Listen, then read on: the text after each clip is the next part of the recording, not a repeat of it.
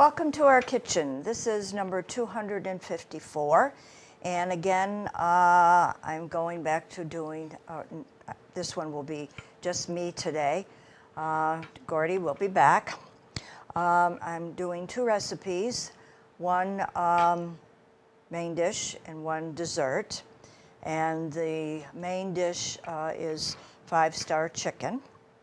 And the dessert will be blueberry cornmeal cake with toasted nut topping. Now I was wanting to do some kind of a dessert with the fruits of the season now. And I had a choice, blueberry or peaches.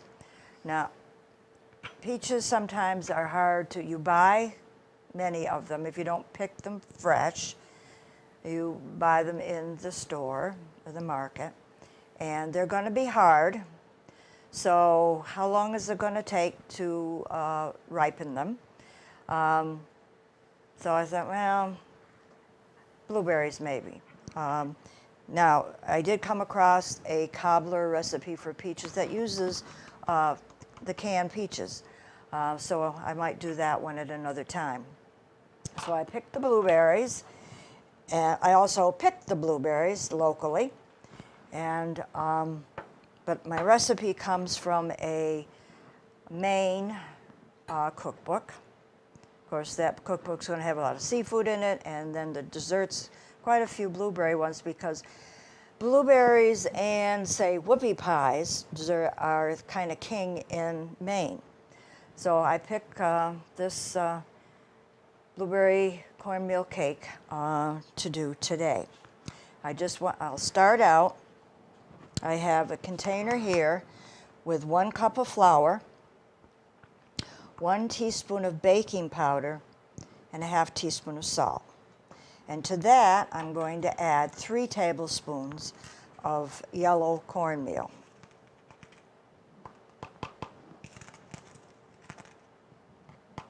I don't use cornmeal a lot. I just happen to have some in my freezer. So I said, well, that's the recipe to use.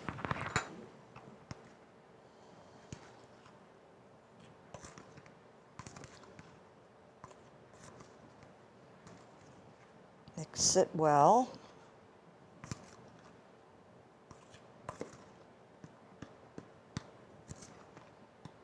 Okay. In this larger bowl, I have a ½ cup of softened butter. And I'm going to add 1 cup of sugar.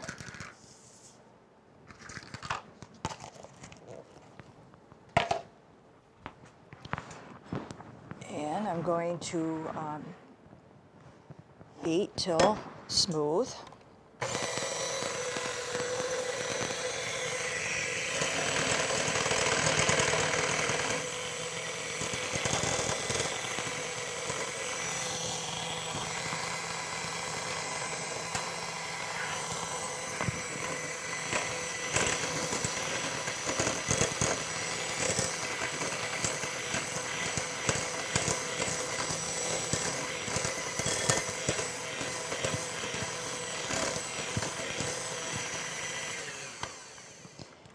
One of the positive things about this warm weather is that you can take a stick of butter or margarine out of the refrigerator, and within an hour or so, it's softened enough.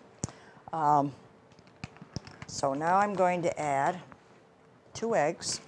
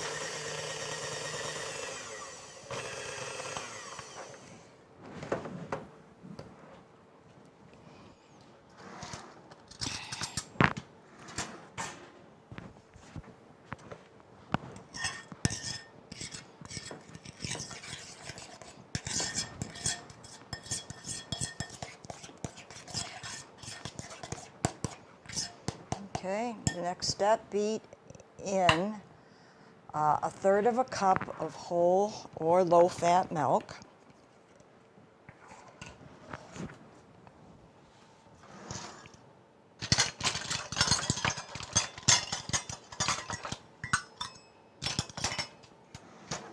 I have to remember to get everything that I need, and sometimes I don't remember. Okay.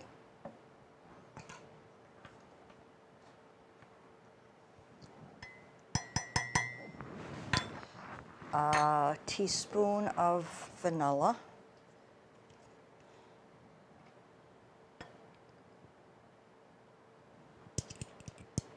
And a half a teaspoon of grated lemon zest.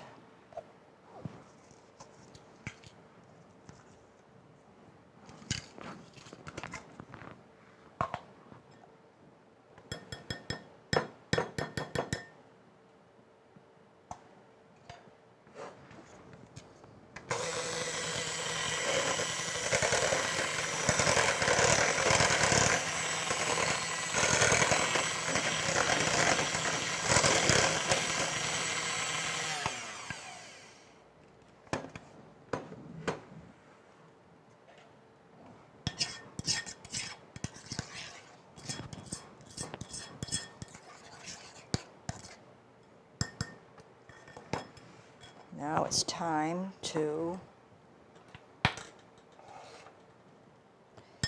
add your flour mixture.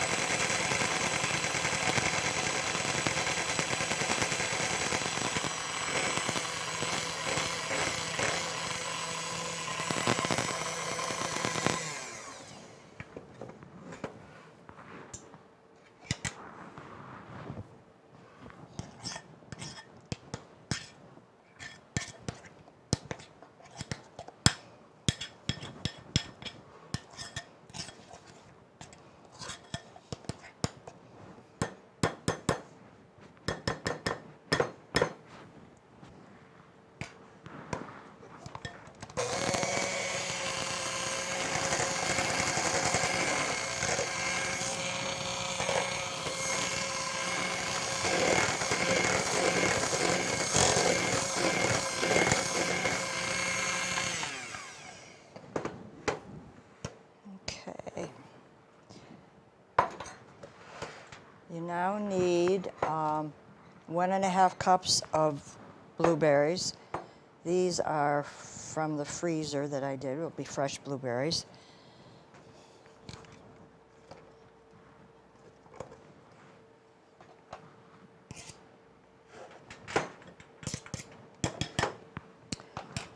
In order to keep, maybe most of you know, in order to keep berries from falling to the bottom of the pan in your batter, you want to add a little bit of flour to them.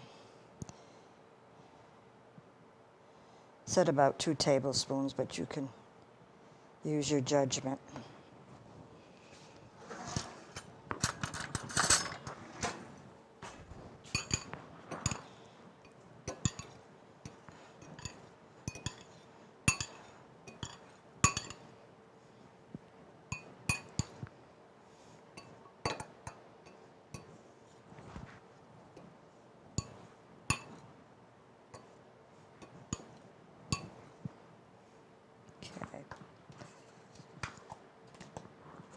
Fold the berries in carefully so you don't mush them all up at this point.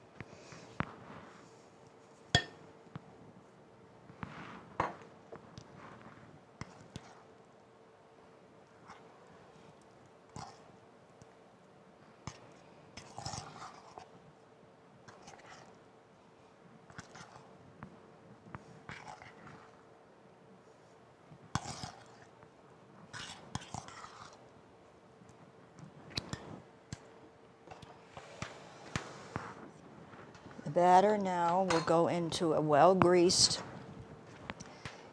9-inch square pan or a round pie pan or cake pan.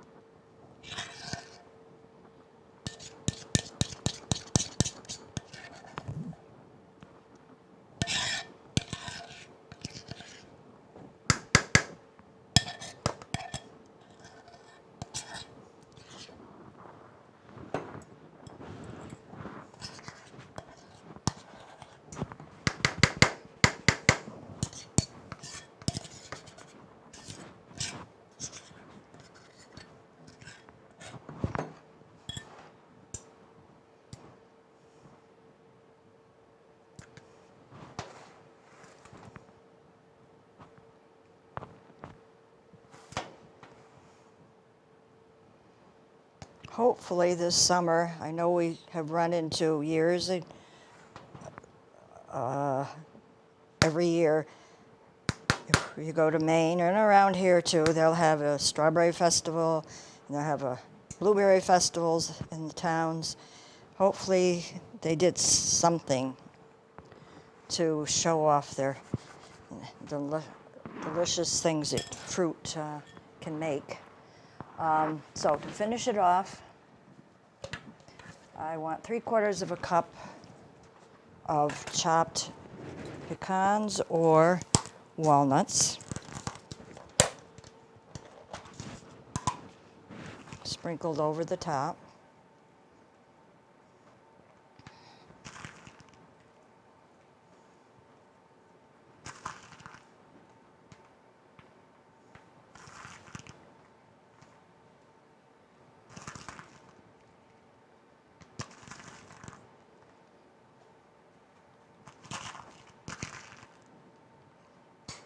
Plenty of nuts here. Nut lovers will love this too.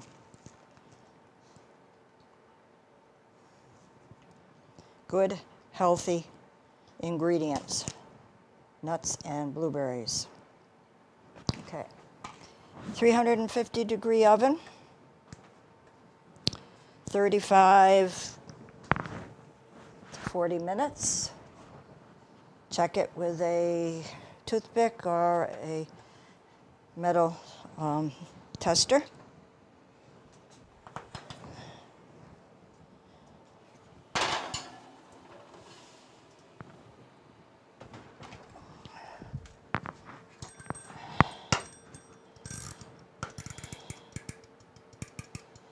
Okay, we'll just break so I can set up on the other side for our main dish.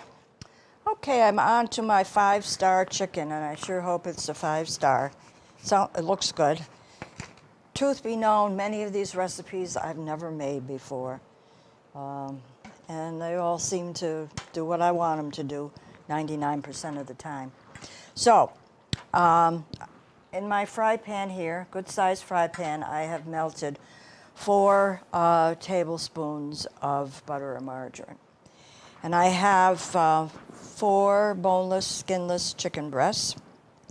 And I'm going to flour them in seasoned flour.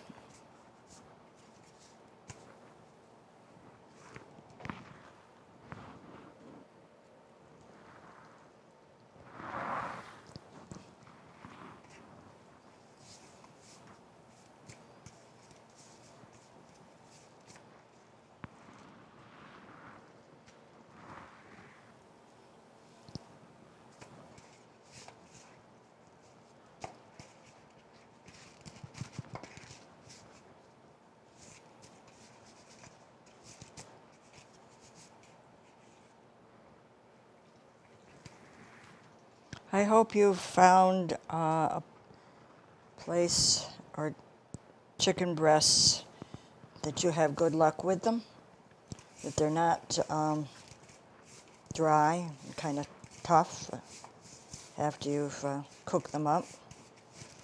Sometimes they're difficult to find.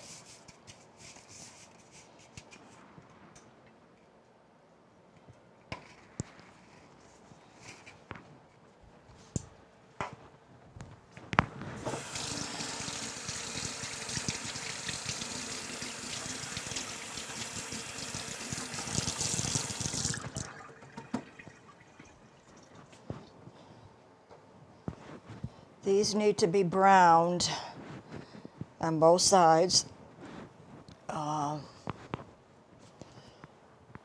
4 or 5 minutes on each side. So, while that is happening, you may have to break some for some time. But right now, I'm going to need a large tomato, which I've started to chop. Tomato that your choice of what you like. I again am using a Romano or plum tomato. You probably should have tomatoes out of your garden at this point.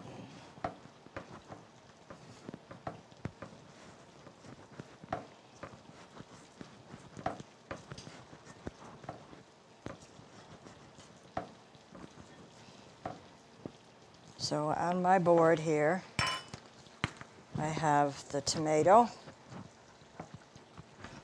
a small onion chopped, and 8 ounces of, or ½ pound of mushrooms, white, that I have quartered. So I'll need that when chicken is done. So it's not done yet. We'll pause while I cook these chicken breasts up. Okay, chicken browned on both sides and transferred to a dish. An empty fry pan with the nice drippings and everything from the chicken. So to this fry pan, I'm going to add, I'll do the mushrooms and the tomatoes and the onions, if I can handle it.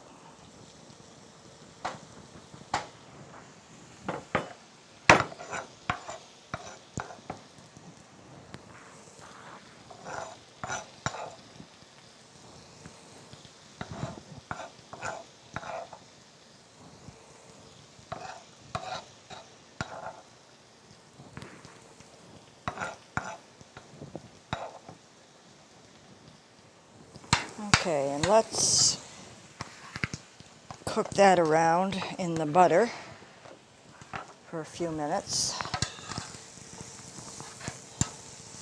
so that it gets the flavor.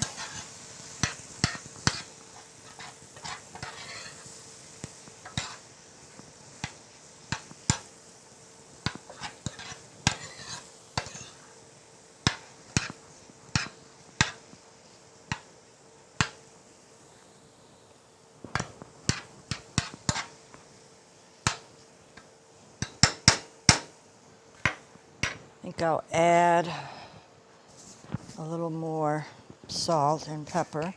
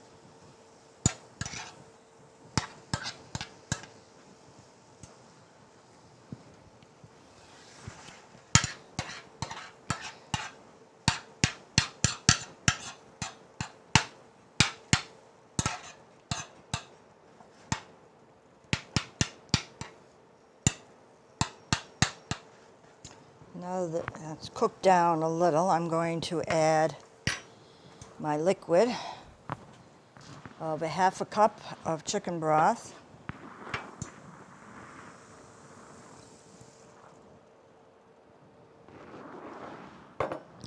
And a quarter of a cup of dry white wine, your choice.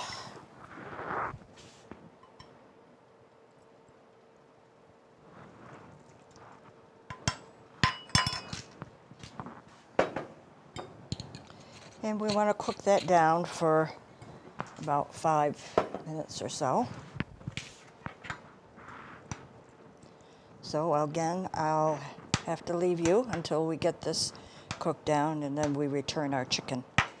So I simmered the tomatoes, the onion, and the mushrooms for about 5-7 minutes, cooked it down. Then the chicken that I had cooked originally, browned, I put it back into the fry pan, and I left it uncovered because I wanted some of this good liquid to evaporate while the chicken cooked again for about 5-8 minutes to cook, make sure it's cooked through, and to, of course, warm it back up again. So some of the liquid now has lessened. I did not cook up any pasta, but I would probably serve this with a orzo, some kind of pasta that you, with the chicken, serve it like that. Now, over here,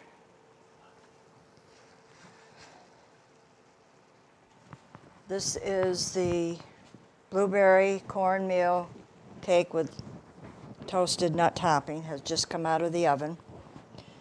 It's nice and brown on the top. And we're ready now to go to our table and finish up the show. Welcome back to our table. I have my entree and my dessert all ready. My first here is the 5-star chicken. It looks good. I hadn't made it before. It was pretty easy to put together. All I needed to do was I had 4 skinless, boneless chicken breasts that I floured in seasoned flour and browned them on both sides for about 5-8 minutes, whatever. I took them out of the pan. I browned them in 4 tablespoons of butter or margarine, which adds a little flavor to the drippings and the chicken. And then I added into the fry pan, the empty fry pan, a half pound of mushrooms that I quartered, a large tomato that I chopped up, and a small onion. And even though it didn't call for doing this, I sauteed that around in the butter for a little while to get the drippings and the flavor into the vegetables. After that was done for a couple of minutes or so, I added half a cup of chicken broth and a quarter of a cup of dry white wine. I let that cook down for under 10 minutes, cook the vegetables. Then I returned the chicken to the skillet with the vegetables and cooked that for another 8-10 minutes to warm the chicken back up again and to make sure that the chicken was thoroughly cooked. I didn't cover it because I wanted some of the liquid to evaporate, so I didn't want as much in the liquid as possible. I want it to condense down for more flavor anyways. This could be served with a pasta, with an orzo, or rice, which would be a good meal because you got your protein, your vegetables, and your carbs if you use rice or pasta. And then for dessert, I have over there my blueberry cornmeal cake with a toasted nut topping. I wanted to make a recipe that featured the fruits of the season. And right now in this area are blueberries. And pretty soon probably peaches, but maybe I'll find a recipe later for peaches. And that was pretty easy to put together. It kind of, first of all, you had to mix together the cup of flour, 3 tablespoons of yellow cornmeal, some baking powder and salt. In another bowl, I mixed together with an electric mixer a half a cup of butter or margarine, softened, and a cup of sugar. Then to that mixture, I added 2 eggs, beat it all up. Then I beat in some milk, some vanilla, and grated lemon zest. After all that was mixed together well with the mixer, I added that flour mixture I put together in the beginning. Beat that until smooth. Then the blueberries, fresh of course, 1.5 cups that I added some flour to carefully, because if you don't put flour into your berries, they very often will, when it cooks, will drop to the bottom of the cake batter. With flour, it tends to stay evenly distributed. Fold those in carefully, and then goes in a 9-inch square or round pan, and the nuts on the top are sprinkled on top, and I use pecans this time. You could use walnuts, and that is baked in the oven at 350 for about 40 minutes. You'll want to check it with a toothpick or whatever to make sure that the center is done. So these are the 2 recipes. The program is number 254, and if you would like any of these recipes, you may send a self-addressed stamped envelope to Dalton Community Television, 151 Park Avenue, Dalton, Mass. 01226. And that's all for our show today. Thank you for watching.